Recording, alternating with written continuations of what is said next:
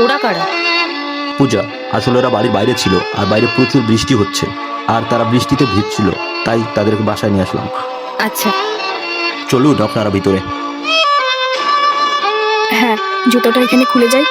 না না, খুলতে হবে না, পরে আসুক। দাদা, ভিজে গেছি, নোংরা হয়ে গেছে তো জুতোটা। কোনো অসুবিধা নেই দিদি, ও পরিষ্কার করে দেবে।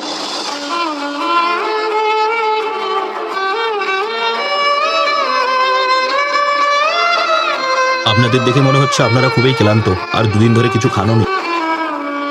এক কাজ করুন, পাশের রুমে গিয়ে আপনারা বিশ্রাম করুন, আর ও খাবার বানিয়ে নিয়ে আসছে। চল মা।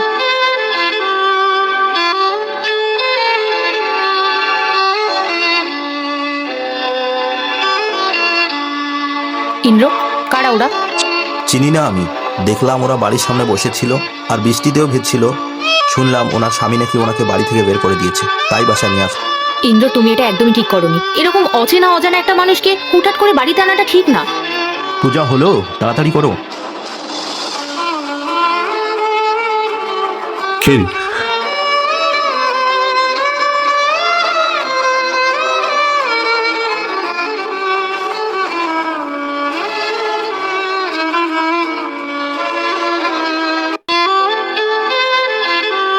কত দেরি হয়ে গেল আজকে, কটা বাজে কে জানে। ফোনটা কোথায় গেল? ইন্দ্র, ইন্দ্র তাড়াতাড়ি ওঠো। ইন্দ্র ওঠো।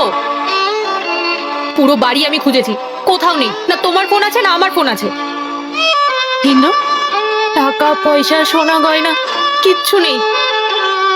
ইন্দ্র, এটা কি? তাই তো, এটা কি দেখি তো।